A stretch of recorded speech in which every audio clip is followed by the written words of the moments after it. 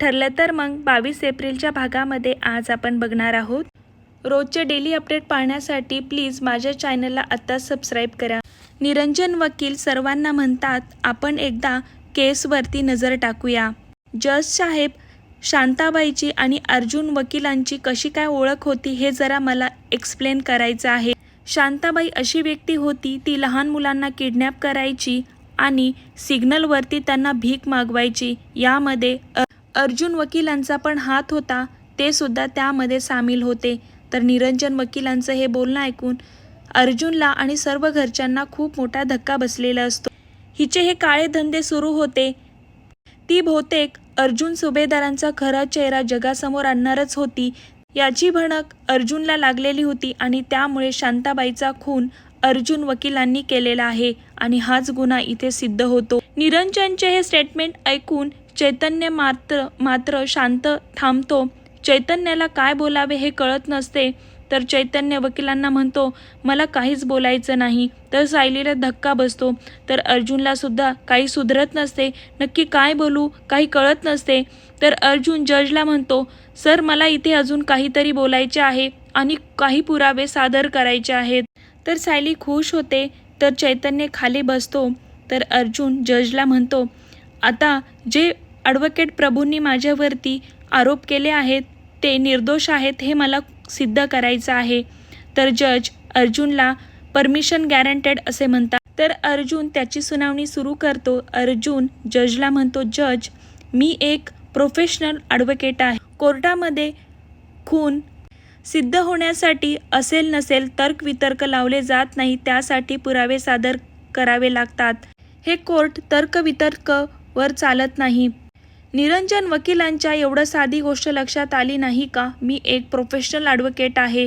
जर मी शांताबाईंचा खून केला असता, ज्या रात्री मी खून केला आहे दुसऱ्या दिवशी त्यांचीच डेड बॉडी माझ्या गाडीमध्ये घेऊन फिरणार का? मी जर हा खून केला असता, हे पुरावे नष्ट करण्यासाठी मला कितीसा वेळ लागला असता। या गोष्टीवरून हे सिद्ध होतं की हा खून मी केलेला नाही, कारण मी हे जर खून केलेला असता तर मी काहीच पुरावे पाठीमागे सोडलेले नसते। तर इकडे तन्वीचा मात्र जीव कासावीस होत असतो। तन्वी विचार करते, कसला वकील आहे, एवढा हा अर्जुन बोलत आहे आणि हा शांत बसलेला आहे। तर अर्जुन पुढे म्हणतो, आता प्रश्न येतो कुठे, ती डेड बॉडी माझ्या गाडीमध्ये आली कशी? मुद्दाम मला फसवण्यासाठी, मला या खुनामध्ये अडकवण्यासाठी त्या रात्री ती डेड बॉडी माझ्या गाडीमध्ये टाकलेली असते आणि इन्स्पेक्टर पाटकरला दुसऱ्या दिवशी कॉल करून सांगितलं जातं की ही डेड बॉडी माझ्या गाडीमध्ये टाकलेली आहे। त्यामुळेच ते कुठल्याही प्रकारचा न विचार करता माझीच गाडी चेक करतात आणि माझ्या गाडीमध्ये डेड बॉडी सापडते। या गोष्टीची मला भणक देखील नसते। प्रभू वकील म्हटल्याप्रमाणे जयेशच्या मी कॉन्टॅक्टमध्ये होतो। जयेश हा शांताबाईंसोबत होता, पण माझा एकच हेतू होता, शांताबाईंच्या जीवाला कुठल्याही प्रकारचा धोका होऊ नये आणि त्यासाठीच मी शांताबाईंसोबत जयेशला पाठवलेले होते आणि त्यामुळेच मी जयेशच्या कॉन्टॅक्टमध्ये होतो आणि यावरून हे सिद्ध होते मी निर्दोष आहे आणि खुनी व्यक्ती नाव अर्जुन घेणारच असतो। तर इकडे तन्वीचा मात्र बीपी वाढलेला असतो। तन्वीला असे वाटते की अर्जुन आता सर्व पुरावे सादर करणार आणि माझं नाव घेणार, पण अर्जुनला ते करायचे नसते। पूर्ण पुराव्यासहित तन्वीला आता खुनी ठरवायचे असते। तर इकडे निरंजन प्रभू जजला म्हणतात, मला पुढची सुनावणी करायची आहे, मला ॲडव्होकेट अर्जुन सुभेदारला काही प्रश्न विचारायचे आहेत।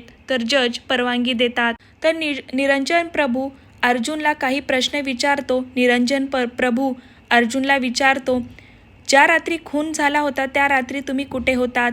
तर अर्जुन निरंजनला म्हणतो, मी माझ्या बायकोसोबत आईस्क्रीम खाण्यासाठी गेलेलो होतो। तर वकील अजून प्रश्न विचारतात, शांताबाईचा आणि तुमची ओळख कशी? तर अर्जुन वकिलांना म्हणतो, त्या माझ्या क्लायंट होत्या, त्या माझ्याकडे डिवोर्स, त्यांच्या नवऱ्याकडून त्यांना घटस्फोट पाहिजे होता आणि त्यासाठीच माझ्याकडे त्या आल्या होत्या। तर निरंजन वकील अर्जुनला विचारतो, तुम्ही तर म्हणता ना तुम्ही फक्त चांगल्या व्यक्तींच्या, जे निर्दोष आहेत त्या व्यक्तींच्याच केस घेतात, मग शांताबाईंची तुम्ही केस कसं काय घेतली? तर अर्जुन वकिलांना म्हणतो, अगदी बरोबर म्हटलात तुम्ही, शांताबाई या निर्दोषच होत्या, त्यामुळेच मी त्यांची केस घेतली होती। त्यांनी आतापर्यंत जे काही गुन्हे केले आहेत ते त्यांच्या नवऱ्याच्या विरोधामध्ये जाऊन केले आहेत। नवऱ्याच्या दबावाखाली त्यांनी हे सर्व गुन्हे केले आहेत आणि ही गोष्ट मी सिद्धसुद्धा करू शकतो.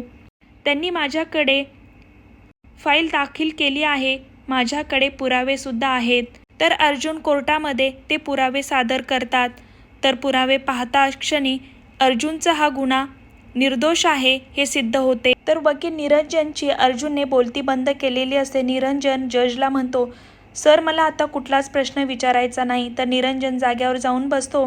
तर अर्जुन वकिलांना म्हणतो, मला आता पुढची सुनावणी करायची आहे. एका व्यक्तीला मला कोठडीमध्ये बोलवायचं आहे, जेणेकरून मला हे सिद्ध करायचं आहे शांताबाईवरती तो खूप अत्याचार करायचा.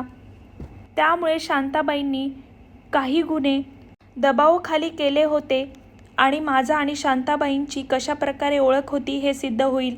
तर अर्जुन शांताबाईच्या नवऱ्याला कोठडीमध्ये बोलावून घेतो. नवनाथ नेहमीप्रमाणे कोर्टामध्ये सुद्धा टूल होऊन आलेला असतो. तर अर्जुन नवनाथला शांताबाईचा फोटो दाखवतो आणि यांना ओळखतो का असा विचारतो. तर नवनाथ अर्जुनला म्हणतो, हो ही बाई खूप नालायक बाई आहे, ही माझी बायको आहे.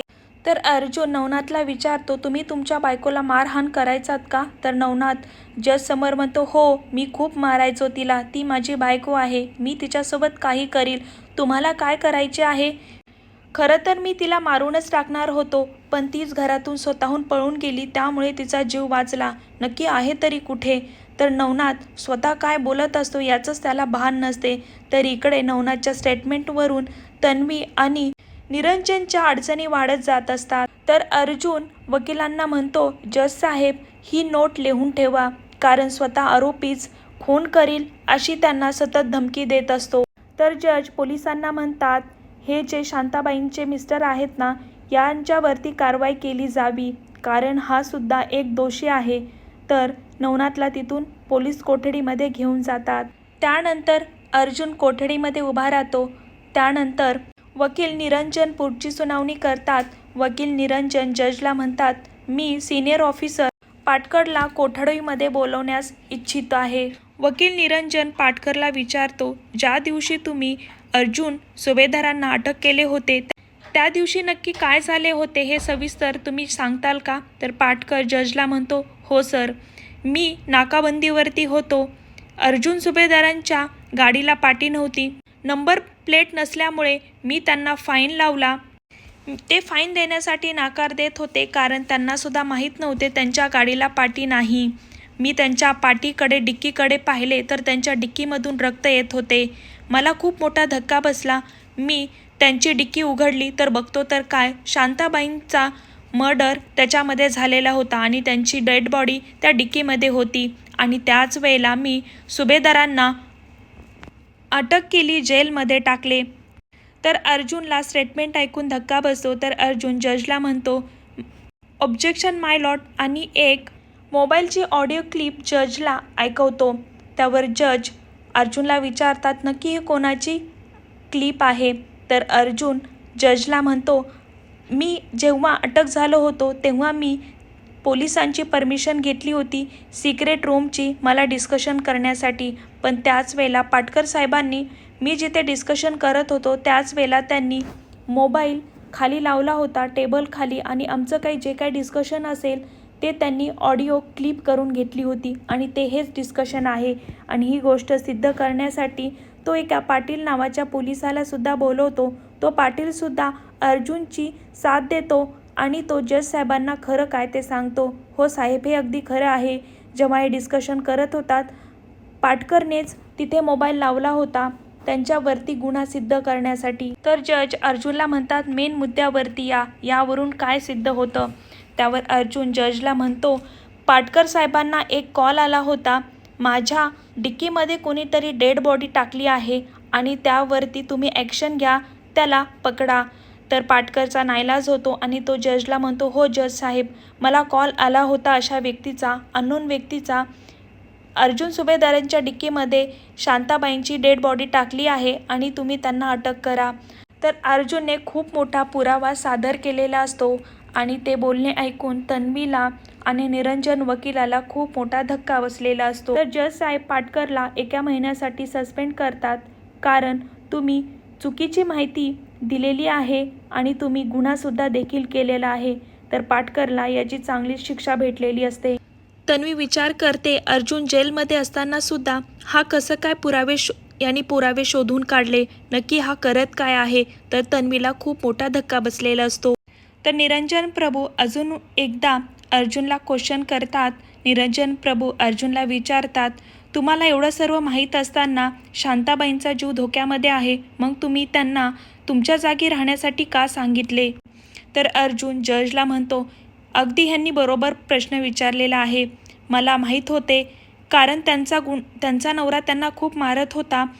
त्या माझ्या क्लायंट होत्या आणि माझी जबाबदारी आहे मी त्यांना सुरक्षा द्यावी, त्यामुळेच मी त्यांना सुरक्षित ठिकाणी हलवण्याचा प्रयत्न करत होतो, पण त्याच वेळेला त्यांचा खून झाला. मी सर्व काही प्रभू यांनी विचारलेले क्वेश्चन सविस्तर मांडलेले आहेत आणि त्याचे उत्तर देखील दिलेले आहेत. तर जज पुढे अर्जुनला विचारतात, तुम्हाला अजून काही विचारायचं आहे का. तर अर्जुन हो असं म्हणतो, मला अजून काही लोकांना कोर्टामध्ये सादर करायचं आहे. तर अर्जुनचे बोलणे ऐकून परत एकदा निरंजनला आणि तन्वीला धक्का बसतो. तर अर्जुन पुढे जजला म्हणतो, मी माझ्या बायकोलाच कोठडीमध्ये बोलवण्याची परवानगी मागतो. तर सायली कोठडीमध्ये येते. तर अर्जुन सायलीला विचारतो, खून झाल्या त्या रात्री मी तुमच्यासोबत आईस्क्रीम खाण्यासाठी बाहेर आलो होतो का. तर सायली हो असं म्हणते. तर वकील निरंजन जजला म्हणतात, सायली त्यांच्या बायको आहेत, त्या त्यांच्या दिशेनेच त्यांच्यासोबतच त्या म्हणतील तशाच साक्ष देणार हे तर सिद्ध नक्कीच होते. त्यावर अर्जुन जजला म्हणतो, तुमचं अगदी बरोबर आहे, त्यांनी जी साक्ष दिली आहे ना त्याच्यावरून एक गोष्ट सिद्ध होते. तर अर्जुन आईस्क्रीमवाला मालक त्या मालकाला कोठडीमध्ये बोलवण्याची परवानगी जजला मागतो. तर तो आईस्क्रीमवाला तिथं येतो. तर अर्जुन त्या आईस्क्रीमवाल्याला विचारतो, मी त्या रात्री तुमच्या इथं 10 वाजता आईस्क्रीम खाण्यासाठी आलेलो होतो का. तर तो आईस्क्रीम पार्लरवाला हो असं म्हणतो. अर्जुन सुभेदार आणि त्यांची बायको सायली सुभेदार त्या रात्री त्याच टायमिंगला माझ्या पार्लरवरती आईस्क्रीम खाण्यासाठी आलेले होते आणि हा टायमिंग अगदी मॅच आहे. तर शेखरने ज्या दिवशी अर्जुन सायली आईस्क्रीम खाण्यासाठी आलेले असतात पार्लर बाहेरचे CCTV फुटेजसुद्धा आणलेले असते आणि ते कोर्टामध्ये सादर करतात. तर अजून एकदा पुरावा हा सिद्ध झालेला असतो, अर्जुन हा निर्दोष असतो. त्यानंतर अर्जुन जयेशला कोठडीमध्ये बोलवण्याची परवानगी मागतो. तर जयेश कोठडीमध्ये येतो. तर अर्जुन जयेशला म्हणतो, ज्या रात्री मी तुम्हाला शांताबाईच्या घरी पाठवलेले होते त्या दिवशी नेमकं काय घडले तुम्ही हे सविस्तर कोर्टामध्ये सांगा. तर जयेश कोर्टामध्ये जजला सांगतात, आम्ही तिथं गेल्याच्या नंतर अननोन 2 व्यक्ती आले आणि माझ्या डोक्यावरती मारले. मी बेशुद्ध पडलो आणि शांताबाईचा त्या व्यक्तीने खून केला. त्यानंतरचे मला काहीच माहीत नाही. त्यानंतर निरंजन प्रभूसुद्धा जयेशला प्रश्न विचारतात, मग तू सुभेदारांच्या मोबाईलवरती मेसेज कुठून केले. त्यावर जयेश त्यांना म्हणतो, ते मेसेज मी केले नव्हते, मी तर बेशुद्ध होतो. तो ज्या व्यक्तीने मारला आहे त्याच व्यक्तीने माझ्या मोबाईलवरून त्या साहेबांना मेसेज केले होते. तर सर्व कोर्टाची सुनावणी झाल्याच्या नंतर जज खूप मोठा निर्णय घेतात. जज सर्वांना म्हणतात, सर्व गुन्हे ऐकल्याच्या नंतर आणि सर्व पुरावे पाहिल्याच्या नंतर नवनाथ कदम आणि सब इन्स्पेक्टर पाटकर सुद्धा तेवढेच गुन्हेगार आहेत आणि ॲडव्होकेट सुभेदारांवरती कुठल्याही प्रकारचा गुन्हा अजून सिद्ध न झाल्यामुळे त्यांना कोर्ट जामीनवरती सुटका करत आहे. आणि तसेच जयेशकडून त्या व्यक्तीचा सुद्धा शोध लावावा, त्या व्यक्तीचा स्केच काढावे ज्या व्यक्तीने शांताबाईंचा खून केलेला आहे आणि अर्जुन सुभेदारांची सुटका करत आहे. हे ऐकता सर्वांना अतिशय आनंद झालेला असतो. तर इकडे तन्वी मात्र भयंकर चिडलेली असते, कारण तिचा पूर्ण डाव हा पलटलेला असतो. सर्वजण खुश होतात. तर सायली अर्जुनला म्हणते, आता फक्त तुम्हाला जामीनवरती सुटका झाली आहे, पण लवकरच तुम्ही निर्दोष आहेत हे सुद्धा आपण पुरावे सादर करू. तर सर्वजण घरी जाण्यासाठी निघतात.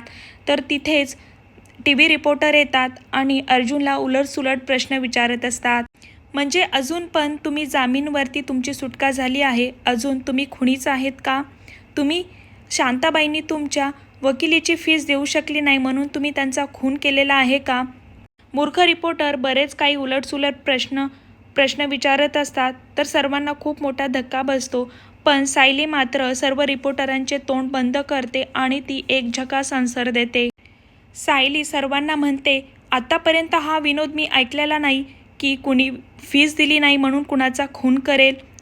तर अर्जुन रिपोर्टरांना म्हणतो, मी अपीलसुद्धा केले नव्हते. अपील न करताच माझी कोर्टाने सुटका केली आहे. यावरून हे सिद्ध होते मी किती खरा वकील आहे, कारण हा गुन्हा मी केलाच नाही, त्यामुळे माझी जामीनवरती सुटका झालेली आहे. तर अर्जुन सायलीने टीव्ही रिपोर्टरांचं तोंड बंद केलेले असते. असं सिरियलचे सर्वात आधी अपडेट पाहण्यासाठी माझ्या चॅनलला सबस्क्राईब करा.